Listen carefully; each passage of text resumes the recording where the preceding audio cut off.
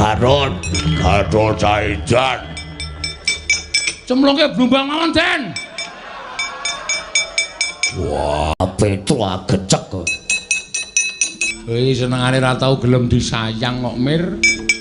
Wong teko terus anake kaget kok malah disampluk. Koko Prabu, ya. Petro, iya. Petro tak sikut raimu lho. Nirokke karo aku. Men ketok kaya nek ratu padha ratu. Ratu jengkelmu mlosot. Bature kok ratu ora.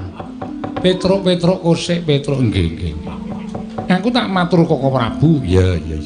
Iya jengkelmu mlosot. Lali kok ya. Koko Prabu. Nggih. Kula sampun mangertos lampan negari Ngastina. Ya, sabanjure. Menika kula kan Kakang Semar badhe nyaketi negari Ngastina. Lho, nek nganti ana pengamuke pendhita ing bakal gawe pati ning Kyai Prabu apa dene Semar. Kula malah kepengin badhe sumurup pendhitanipun niku kaya ngapa kok gegerke jagat.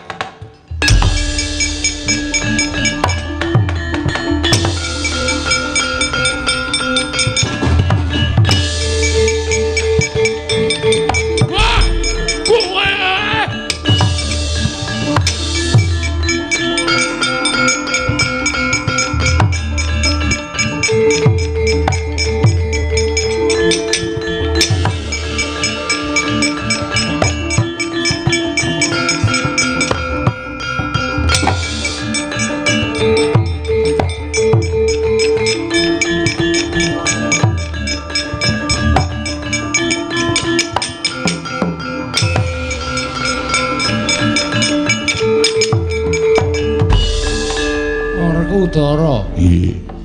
Arjuna wonten maring adhawu.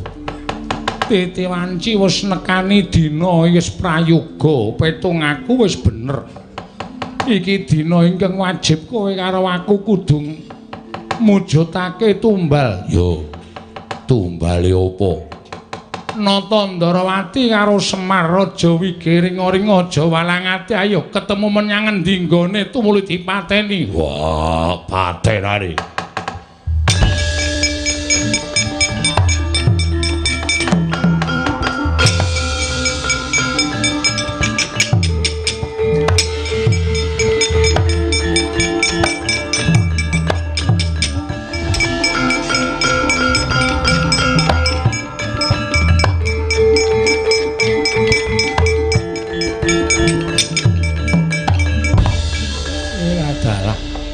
Lah kok dadi pendhita mau nggunakake Werkudara karo Janaka Petruk. Lah nggih, niku sing nyemelangi teng riku niku. Nek nggunakake para sata Kurawa wah kula tandhangi dhewe. Gong, ayo Le. Aku wis nampa amplop karo raup. Piye? Aku wis nampa amplop arep raup mulih. Mulih jengkulmu rampung kok mulih. Lah kae wis do dikukuti kae teng kronteng kae lho. Arep dadi asa-asake wis arep bubar iki. Ah iya ya ngene ngalon-alon rasa kesusu ora. Petro, nun. Arep tak goleke mungsuh. Mungsuhe sapa? Wis menengo wae aku tak matek Aji Pameling.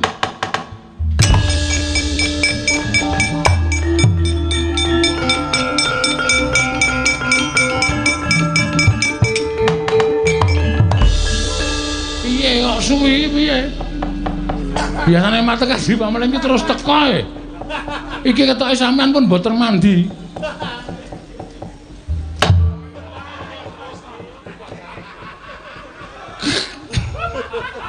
Gajul cangkemku. Ana wong topo kok cerewet wae. Nek kowe ora omong ki tumuli wis rampung perkarane. Menengo sik. Nggih.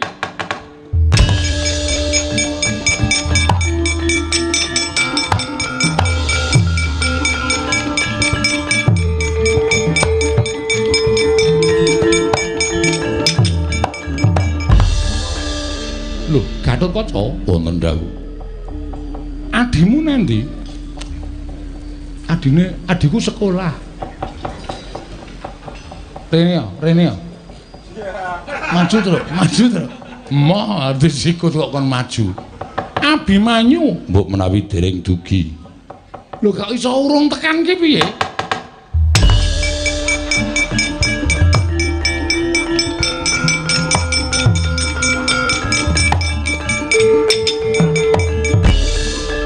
Abimanyu kok telat nembe adus wae. Iki ta kaya arep ketularan awake dhewe ya, Gong. Heeh. Satriya-satriya kok ada sembrono. Timbali kengra kok Gatotkaca wonten timbalan. Abimanyu wonten dawuh. Bapakmu arep nerak pacak nerajang perbatang. Barengipun melu Kurawa kepilut karo pendhita jenenge Dewa Buddha. Malah sajake arep mentala karo wakmu Indrawati mentala karo Kakang Semar Badranaya arep dadekke tumbal wurunging Bratayuda. Kanjeng Rama, iya. Wila dalah. Kanjeng Rama gadhahi pemanggi kados mekaten. Mula ta mula kowe petukna nek kira-kira bapakmu dijak kundur ra gelem wane ana. Sendika menawi kula kuwalat, aku sing nyangga. Sendika.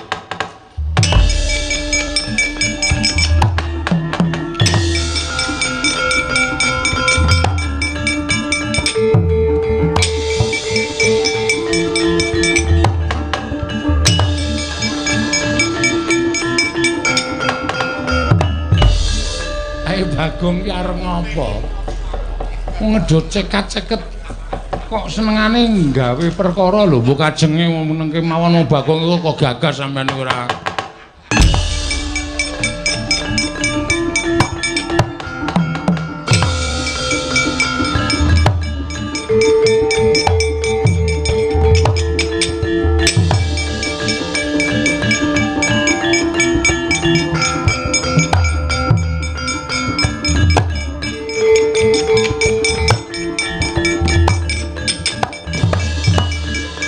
Abimanyu kasinggihan Kanjeng Rama badhe tindak dhateng pundi golek wiwakmu Ndrawati menawi sampun pinanggih bakal tak mboyong ning negara Ngastina menawi sampun dumugi wonten negari Ngastina Abimanyu kowe bocah ora ngerti apa-apa ora usah melu-melu perkara iki nyuwun pangapunten menawi Kanjeng Rama badhe gendhak sikara kaliyan Kanjeng Wing Ndrawati kula ingkang boten narimakaken yen kowe ora trima kowe arep apa kula nderek kersanipun menapa apa kowe wani karo bapakmu nek pancen wong tuwa luput kena ngapa ora diwaneni lho kowe wis dileboni dening wakmu Ndrawati teko kowe wani karo bapakmu Rama Kundurana mboten bali nendi wonten negari Ngamarta aku ora bakal bali-bali ku yen wis wurung Bratayuda Jaya Pinangun naingaken panjenengan wangkal nek wangkal aja klakon dosa. Ayo Abimanyu mungsuhmu pecah sirahmu pecah genti lho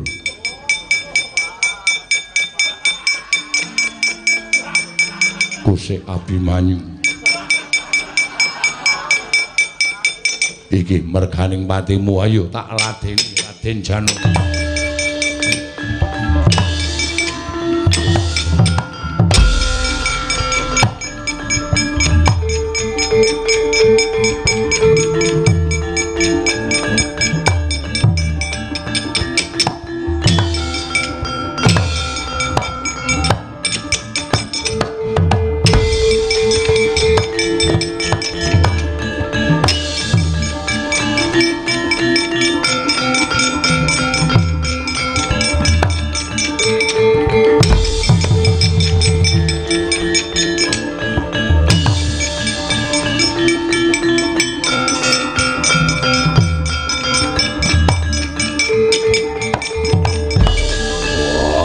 Edan gawe kaget anjlok ning arepe bapak nganti merinding awakku Rama Kundurana Rama Kyai Kundurana mboten baliku yen wis wurung Bratayuda naingaken kula ingkang kedah meksa wah bayi wani karo wong gerang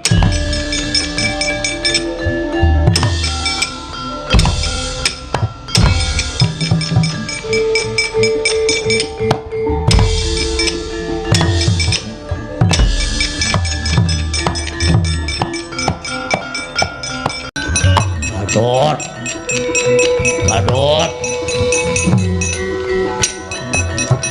wah Garut Garut